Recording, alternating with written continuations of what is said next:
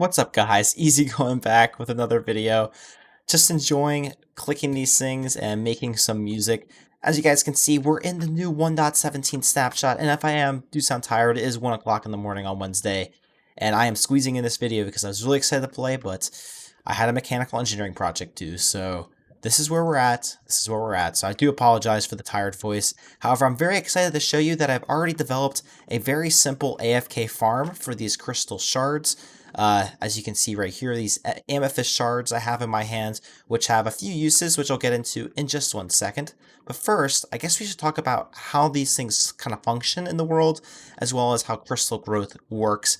As far as I know so far, obviously information is a bit limited, and it's all subject to change, as this is just the first snapshot of many hundreds of snapshots probably for 1.17. Okay, maybe not hundreds, but a lot of snapshots. First things first. So these things generate throughout the world. There are structures called amethyst geodes. They consist of amethysts with certain blocks that are called budding amethysts, which is actually what the crystals grow out of. And they're encased with some new stone types called tuff and calcite, which, as a side note, look really, really awesome. As we can see, they're currently really quite common. I have a feeling this will change as the cave generation updates, as they have not actually touched the cave generation yet in the Caves and Cliff update. But as you can see, they're very, very common. We can see several just scanning around. One right there, over here. There's one way over there. Looks like there's a couple over there, actually. What is going on over here? Whoa. Whoa, whoa, whoa. This is cool generation. Oh, this is from me earlier. I was testing some stuff out. That is not generation. That is just me from earlier. Anyways, yeah, so essentially, this is what spawns. So now let's talk about the crystals themselves and how they grow. Hop back into creative mode. As I said, some of these are called budding amethysts, and essentially there's something very unique about these items. This is the only types where these amethyst shards can actually grow on them. As we can see right here, I have the random tick speed up very, very high, which is why they're growing in so fast. In reality, I think this will be very, very slow. But the unique thing about these blocks is that they cannot be broken, even with Silk Touch. So you can't actually pick these up and move them around, meaning we have to create automatic farms within these geodes themselves. However, the unfortunate thing is that they're in very, very weird positions. Obviously, you have, one here, one there, one here, so it's very hard to make that kind of work redstone-wise. In terms of automation, what I've seen so far is they can be broken with a piston, which I'll demonstrate right now. Water cannot break them, unfortunately, which would have been the easiest way to do it. Water just kind of runs over them or by them. Obviously, that wasn't a very good example, but they can actually be waterlogged with water. So they're not broken with water, but pistons do in fact work, as you can see. That's weird. That worked before. Okay, it worked that time, apparently.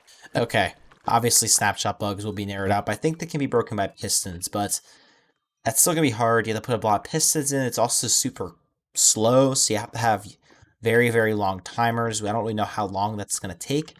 So before we know that, I have designed, though, a very simple AFK one that can be set up really fast. If you just need a handful of these shards early game, which I'll get into the uses in just 1 sec, but let's first talk about how this farm works. Essentially, we've isolated a single budding amethyst, and we've used some very, very simple hopper placements. This is basically the entire farm right here from the side.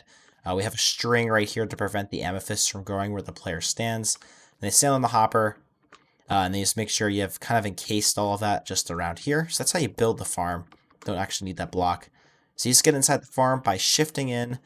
Then what you do is you aim, basically, I'll pop in the survival mode to do this. What I figured out is you can just aim, at the top of the crystal.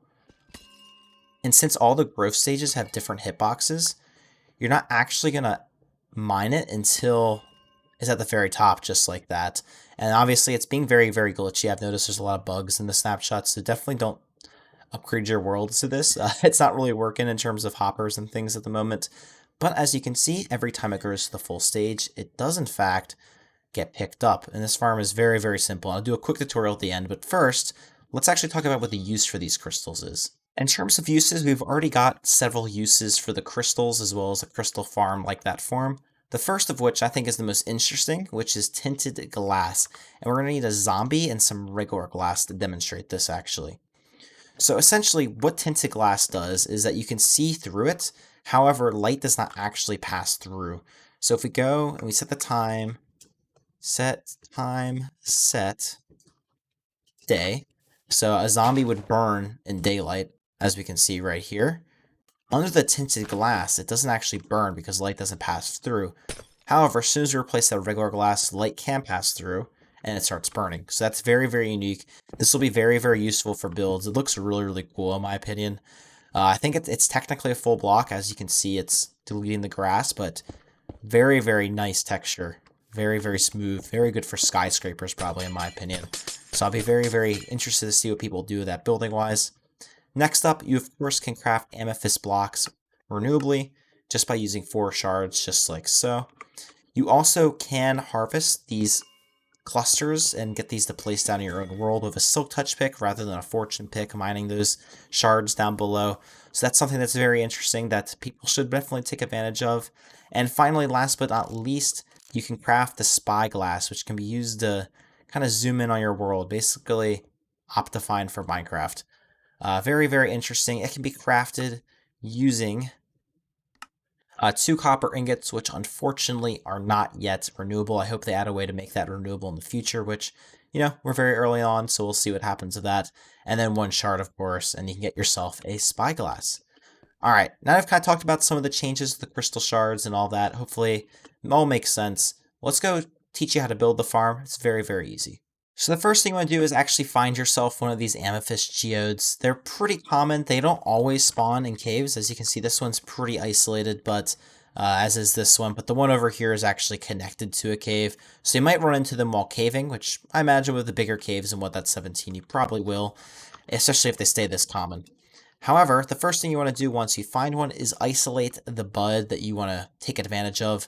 So I'd recommend getting one that's kind of by itself, just so you save the other ones, as you can't actually get them back. So this one looks pretty good right here. We might have to break this bud, but overall, we can kind of protect a lot of the other ones here. So first thing you want to do is just kind of clear a bit of a space out right from underneath your bud, and first thing you want to do is place a block right there. It's temporary.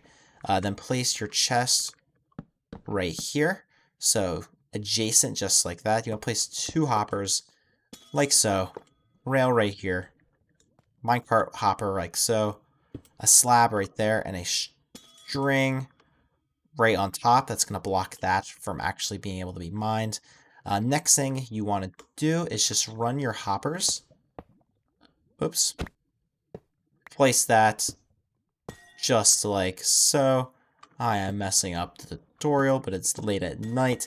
I'm sorry for the bad quality. And just place your hoppers up just like so. And you don't really have to worry about these crystals on the sides. Next thing you want to do, just place a block here, here, here, and here. And then just place a couple more blocks just like so. And you'll probably end up mining those, but that's okay. And that's actually the farm complete. All you can basically do is just kind of place in some more just like this, and you are actually all done. So all that's left to do is to come into survival mode, and now you can just kind of aim right here. And as I said, you might mine some blocks behind you, but you just aim at the top of a fully grown hitbox, and over time they will begin to grow. I hope you guys enjoyed this video. If you did and you want to see more 1.17 content, I'm very committed to bringing you guys more farms. Already in this first snapshot, there's already a few new farms we can do. This is just one of them. We probably make a better crystal farm.